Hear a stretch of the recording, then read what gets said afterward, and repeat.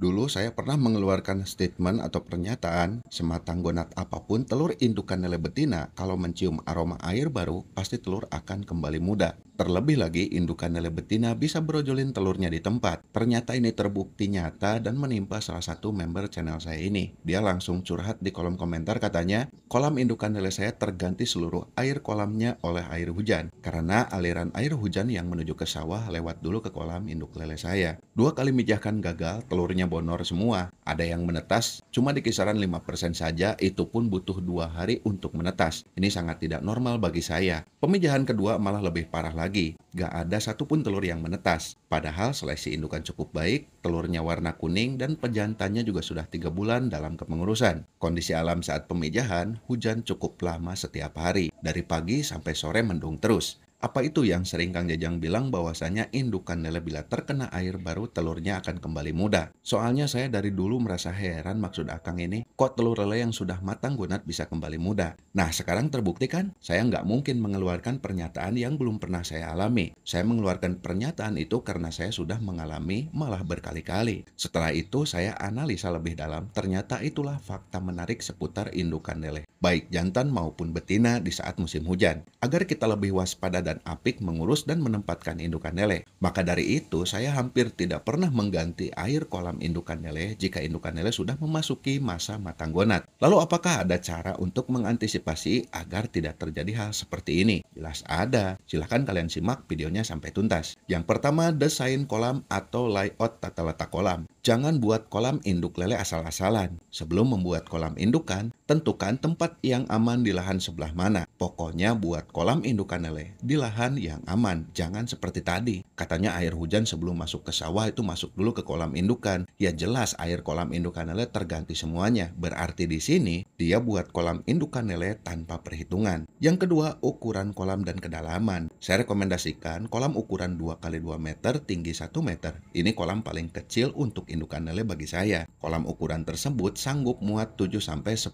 ekor indukan lele bobot 1 kg. Kalau induk lele lebih besar, ya berarti tinggal dikurangi saja. Beri ketinggian air kolam di 50-60 cm saja untuk menghindari indukan lele loncat keluar kolam. Atau kalian bisa menambah ketinggian air kolam dan menutup kolam indukan dengan jaring untuk menghindari indukan lele loncat keluar. Yang ketiga, buat drainase pembuangan air kolam indukan. Kolam indukan lele diusahakan ada drainasenya agar kita bisa praktis memainkan air kolamnya. Saat kita butuh indukan lele untuk mijahkan, gampang menyurutkan air kolam. Begitupun saat terjadi hujan, kita tinggal pasang pipa pembatas ketinggian air kolam di bagian dalam kolam indukan. Jadi air hujan yang masuk bisa keluar lewat situ. Sementara air lama masih tetap di kolam indukan. Inilah cara saya membuat kolam indukan lele dan mendesain drainase kolam indukan lele. Jadi di saat musim hujan pun indukan lele masih tetap matang gonat dan sejelek-jeleknya hasil, paling penetasan telur di angka 80%. Dan itu sudah termasuk hasil bagus saat mijahkan lele di musim kerap hujan dan mendung. Semoga kalian paham dan terima kasih.